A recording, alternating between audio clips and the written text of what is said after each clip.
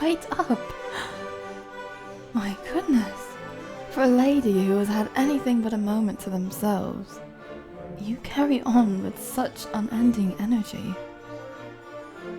How on earth do you do it? You must give me your secrets.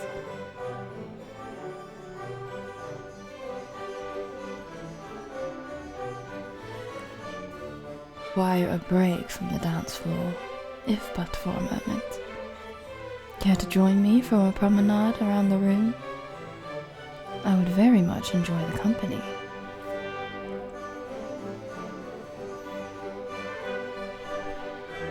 Well, of course you have a say in the matter.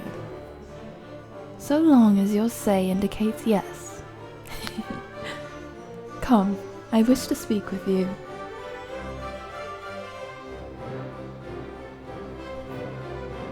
You looked absolutely stunning out there, as per usual. I can agree as to why the Queen named you her diamond of the season.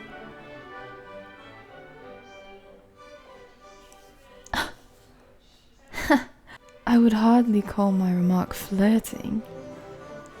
If I were to do so, I would hear no end of it from both the gentlemen and haughty ladies of the town alike.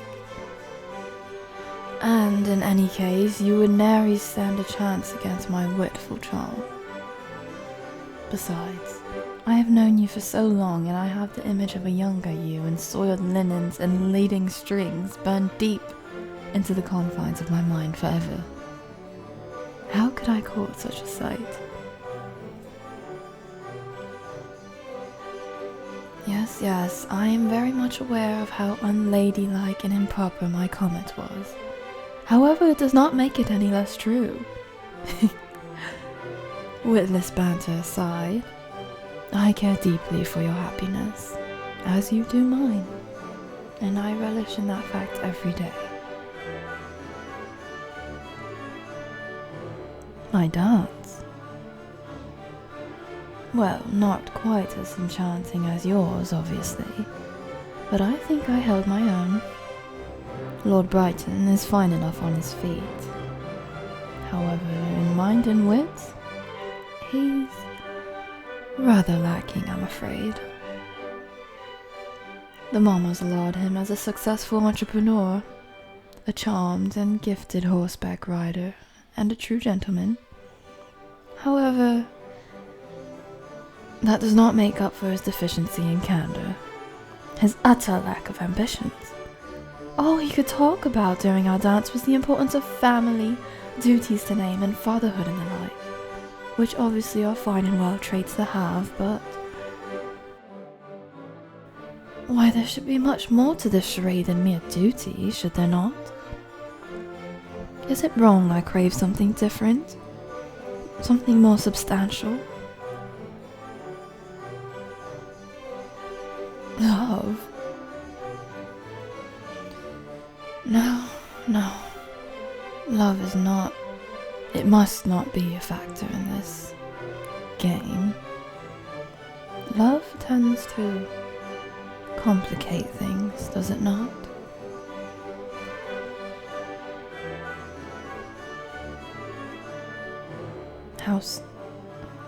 How so? Well, the act of a love match in a polite society is not unheard of. However, only a fraction of those are pure and true.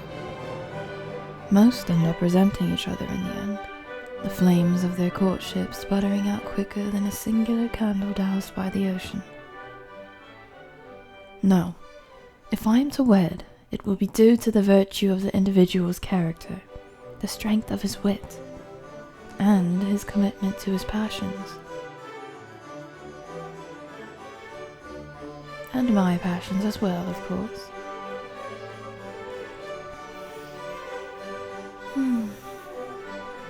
However, counting the current available suitors who have made their appearance tonight, my passions will have to wait a while longer, it seems. I must admit, though, your prospects seem much more promising this night than mine. Of course I mean that. Take a look at your dance card, it is proof enough. Practically overflowing with names of one sort or another. Well, mine is,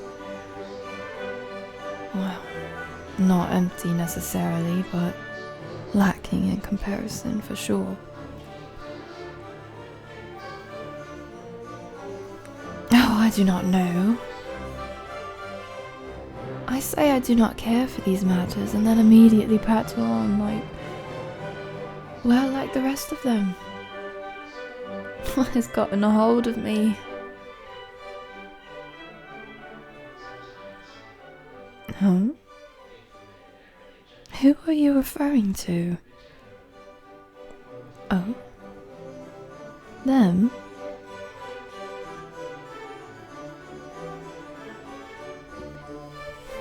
Who are you referring to? Oh? Do you mean them? Lord Percy?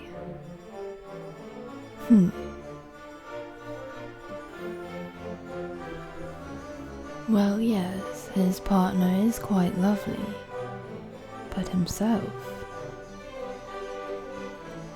extraordinary. It is quite the shame he is a rake and a scoundrel. Well, surely you have heard the rumours making their way around the town. The gossip papers have not stopped chattering about him. After a 5-year absence, the Viscount has returned to grace the town once more. Apparently, he had just inherited his title from his late father who had passed 2 summers ago, has continued to spend that fortune on travels to countries unknown, and now is spending the better part of the season cavorting with his fellow gentlemen at every social club and brothel this side of the Thames. It is appalling. He is appalling.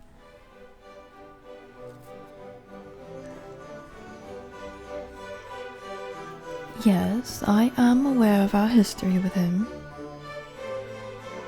I remember our summer evenings as children. Do you recall? Back when things like propriety and courtship were a mere fairy tale and held much more allure, since we could not partake in it yet. Back then we used to gallivant around in the woods behind your estate, picking wild gooseberries, laughing, pretending to be great explorers from the stories our fathers used to tell us at night.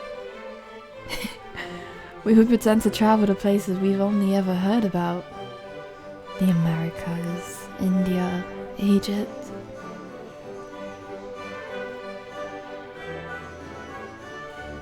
Yes, I recall the other role plays we kept as well. A wedding, if I recall correctly. We had pretended that he and I were to be wed in the Grand Cathedral, with the blessing of Her Majesty. Wonderfully played by you, of course. The soft light of a cool summer afternoon flowing through the stained glass windows. Myself in a beautiful French dress just picked up from the most fashionable modiste. Him in a suitable and fitting jacket. In reality, that day was particularly hot. The light was streaming in through the holes in between the twig hut we found for ourselves, and I was absolutely boyish, running around in a dirty dressing gown. And yet, despite all that, it was wonderful. Just a memory, though. Children playing at adulthood. Nothing more. Besides, despite being an absolute rake, at the moment he is the most fetching suitor in the town. A perfect match for Her Majesty's proclaimed diamond. Don't sell yourself too short, my beautiful friend. He has been stealing glances, vying his eye towards us. Towards you, I mean. Since the beginning of the night.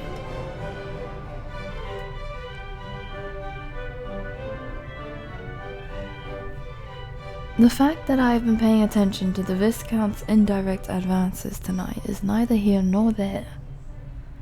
I am merely looking out for the both of us. For myself and my unabating oath to chastity. And you and your prospective future husband. Me?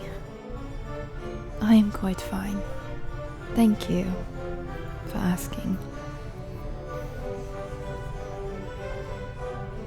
Why would I not be? Look, I said I care for your happiness, and I do, immensely.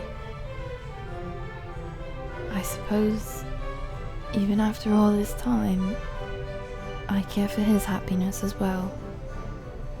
And if it so happens you two find great solace in one another, that is all the better for me. Truly. Truly. Miss Lavender, and my dear friend, it is a delight to see you again. And the same sentiment to you, my lord. We have just taken a break from the dance floor. You were a delight to watch from here. You have become quite the dancer. Yes, quite. It was but one of many skills I acquired on my travels. Though, on those travels, I must say I have missed the town and its balls. Its people, some people, more than others.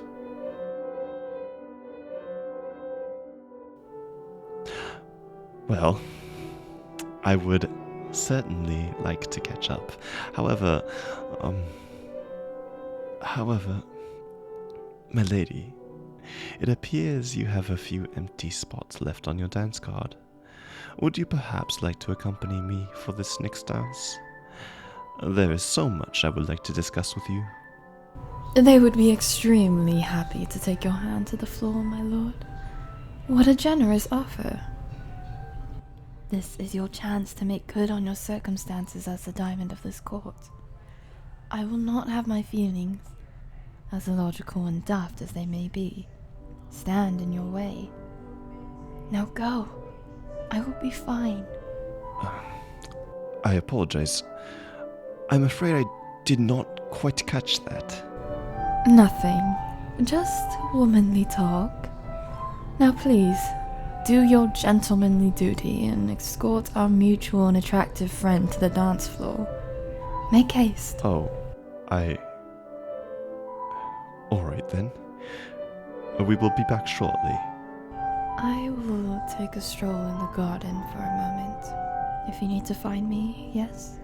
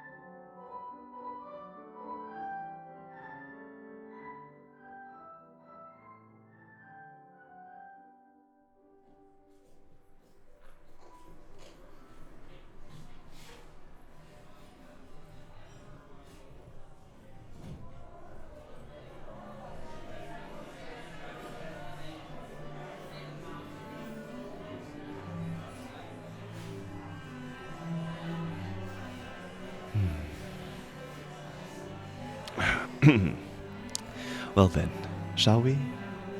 I don't suppose the orchestra will wait for us much longer. You look stunning tonight. It is a wonder seeing how much we both, well, how all three of us have grown, despite our absences in each other's lives. I'm glad to see you and Miss Lavender are still good friends. I was afraid that we might all grow distant with time. That is clearly far from the case. Myself? My sincerest thanks for the compliments, but I must decline them. I am the same as I once was all those years ago. A child, longing for adventure and excitement. It is only an unfortunate circumstance that I now have the means to experience that excitement for myself, rather than in your back garden. You, however, you have many reasons to celebrate. The foremost of them catching Her Majesty's eye. I heard of your crowning as the Tawn's incomparable in the last leg of my travels, and I hurried home as quickly as I could so that I might see said incomparable in person. Well, one of the many reasons why I made haste, at least. What other reasons? The primary of which would be the handling of my family's estate. I fear I may have been gone too long. A moment longer, and my mother and her remaining children might have become destitute. But otherwise, in any case, how is Miss Lavender faring as of late? Truly.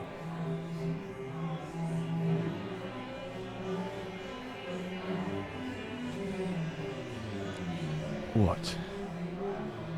What is that face you're making? I merely wish to inquire regarding the state of our mutual friend. That is all. I apologize. I have not been particularly truthful. I will admit that I had ulterior motives when asking you to dance.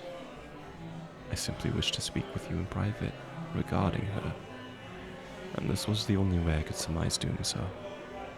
You two have been attached by the hip for the duration of the night, and I did not want to cause any undue attention towards myself or her.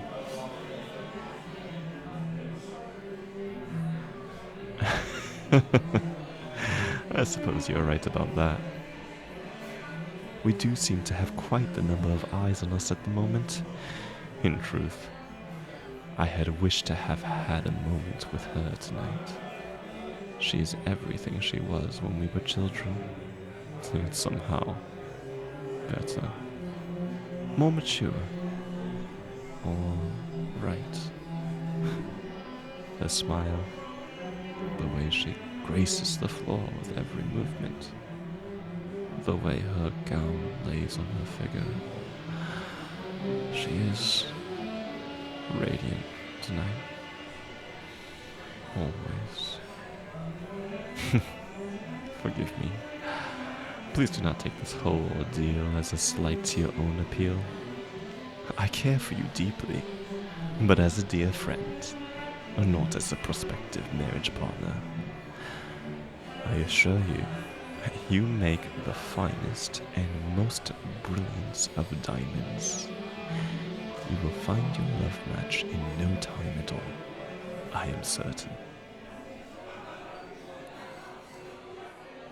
I'm sorry? I do not follow. Why would she be upset tonight? You had just been talking of suitors and of myself prior to our dance. She was upset that I took your hand instead of hers. Does that mean she... That could not possibly be the case. Surely she had several other perfectly acceptable suitors at her beck and call.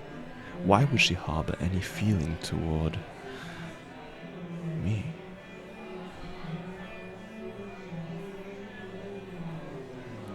No, that cannot be. I am a rake, a dandy. At least that is what the gossip papers paint me as, regardless of the truth. I have harbored feelings for her, regardless of the truth. I have harbored feelings for her since we were children. If there was even the slightest chance of her harboring the same,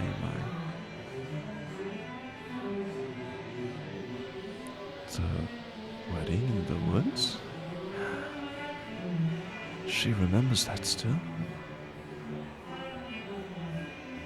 And she regards that memory as fondly as I have. All this time.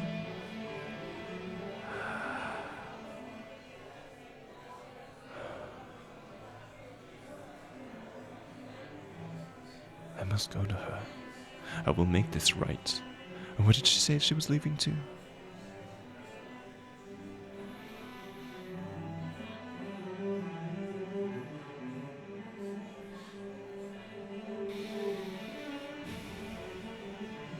Propriety be damned, then. If you care about your standing in this society, you will stay here, of course. But let me go to her. Please. It is my heart's only wants. Oh, thank you. Thank you.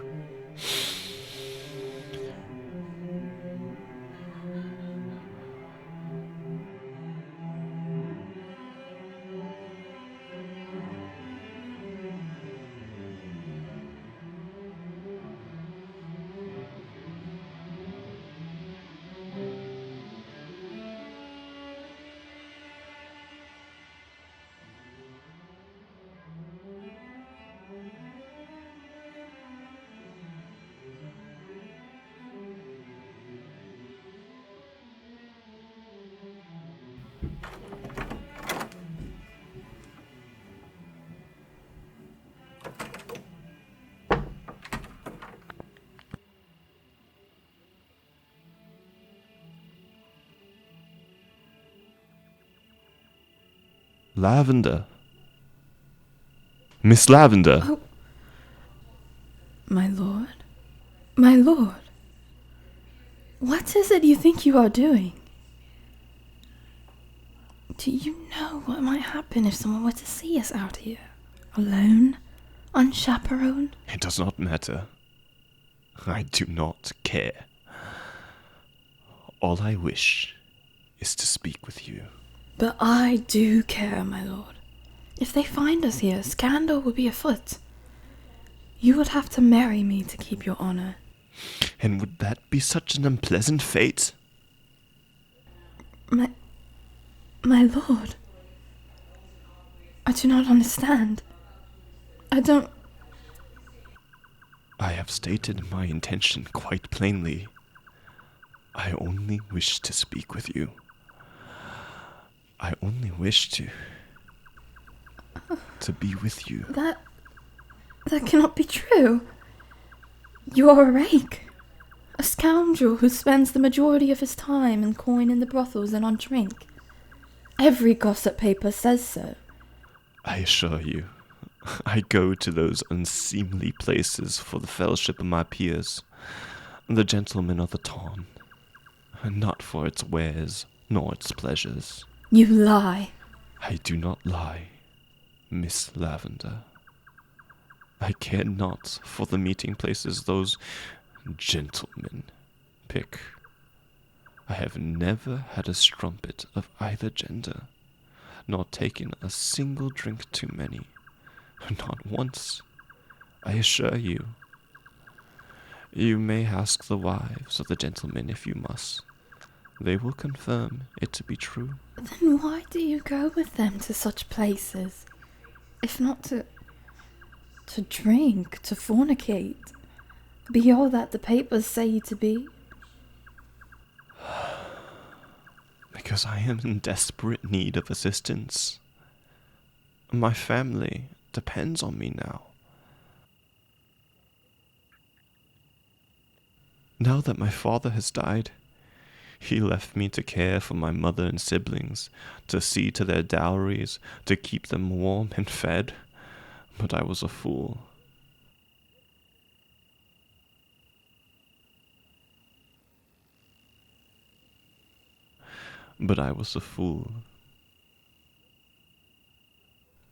A failing of a man only 25. A petulant child who shirked his responsibilities in favor of continuing to gallivant across the world in search of adventure. But no more. I go to those places not to find pleasure, not to fornicate, but to seek advice of my betters, those older and wiser, who have paid their daughters' dowries and who are now free to be wise in bending their vows, both to their family and to their wives. The thought of which sickens me to my core, but I have no other choice but to stomach it. I do not care that my whereabouts paint me as a rake or ninny, so long as my family is cared for, and I am able to finally pay the debt of my father. His reputation and my future wife's honor will be justly earned. That is why I suffer this indignity.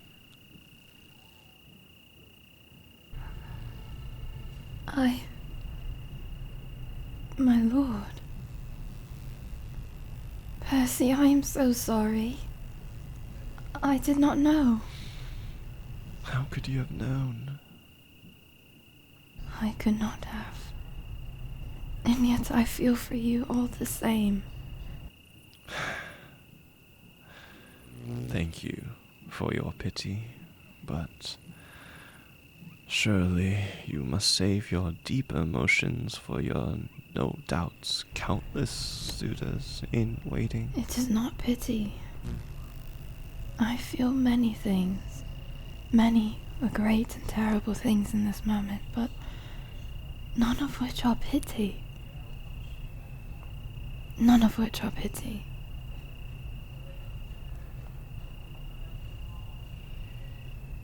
And I do not know what you mean by countless suitors. There are none. What do you mean? I know for a fact that I have rejected them.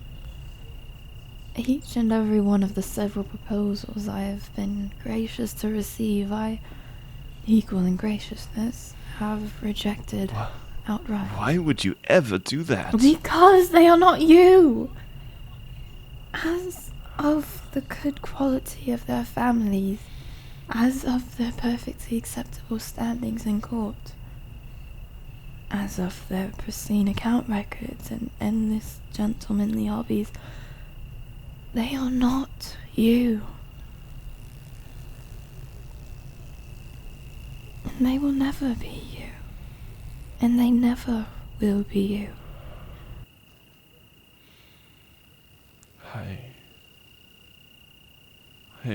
I do not understand. You do not have to understand it. As unfortunate as it may become for me, you do not have to even acknowledge it.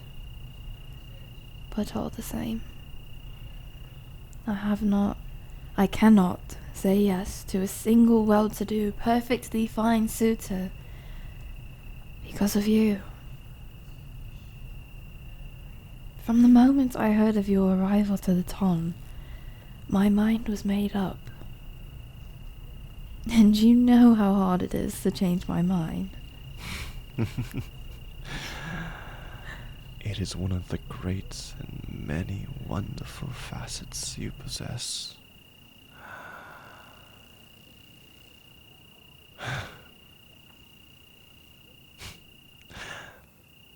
back inside, when I had taken her hand to dance with her, all I wanted to ask about was you.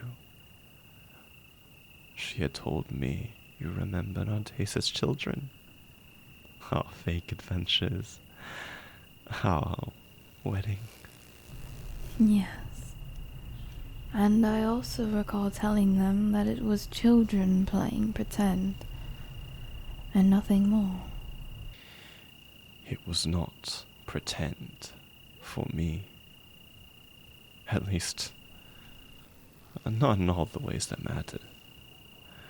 Back then, I spent every morning, every evening waiting for you to come out of your studies and to be with me.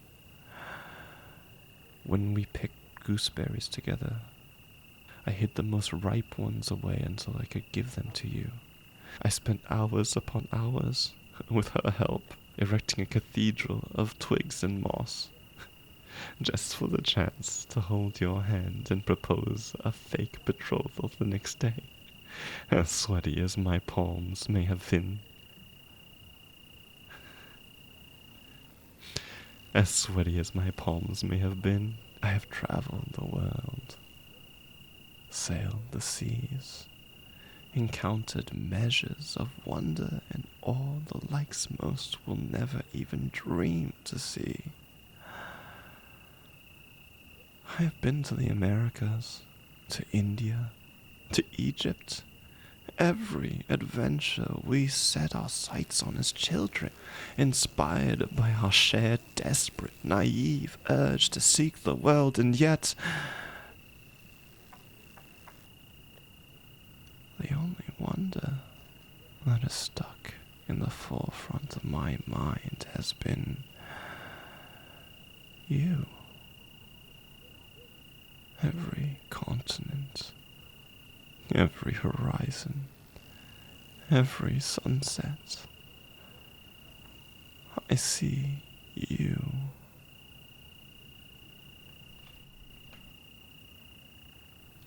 My mind craves the sharpness and wit of your own.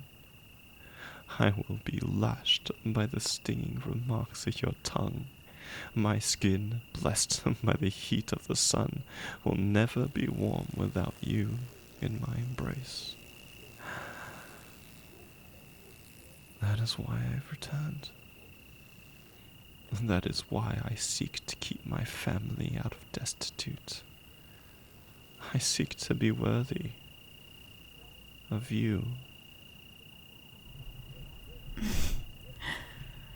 You never had to make yourself worthy of me. I care not of your worthiness. I care not of your standing or your worldliness. I have no need of it. I only have need for you.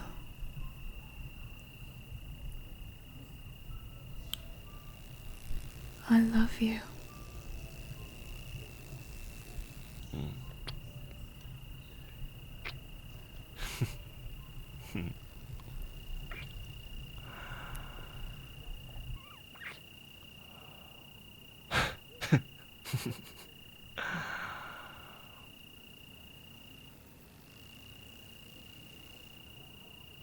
And are you? I love you too.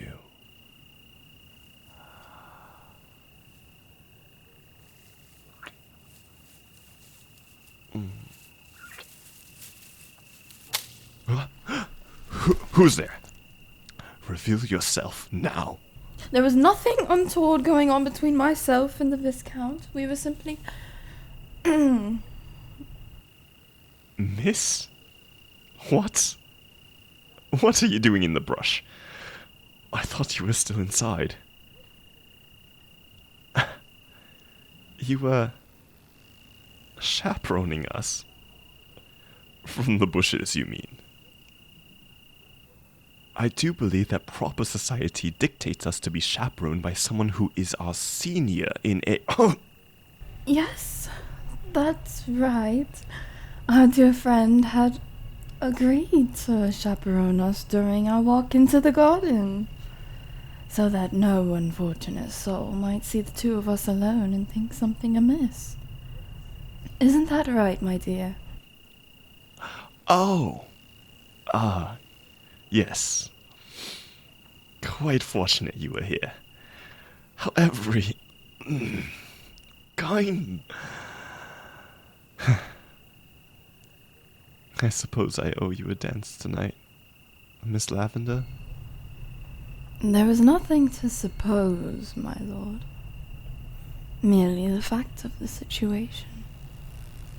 It seems my dance card will not be needed for the remainder of the night. Then, I will meet you inside. Have a wonderful evening, miss.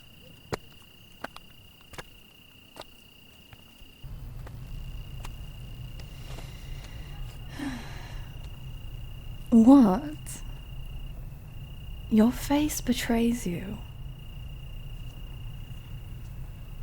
I said I care very much about your happiness, and I expect you to offer me the same courtesy.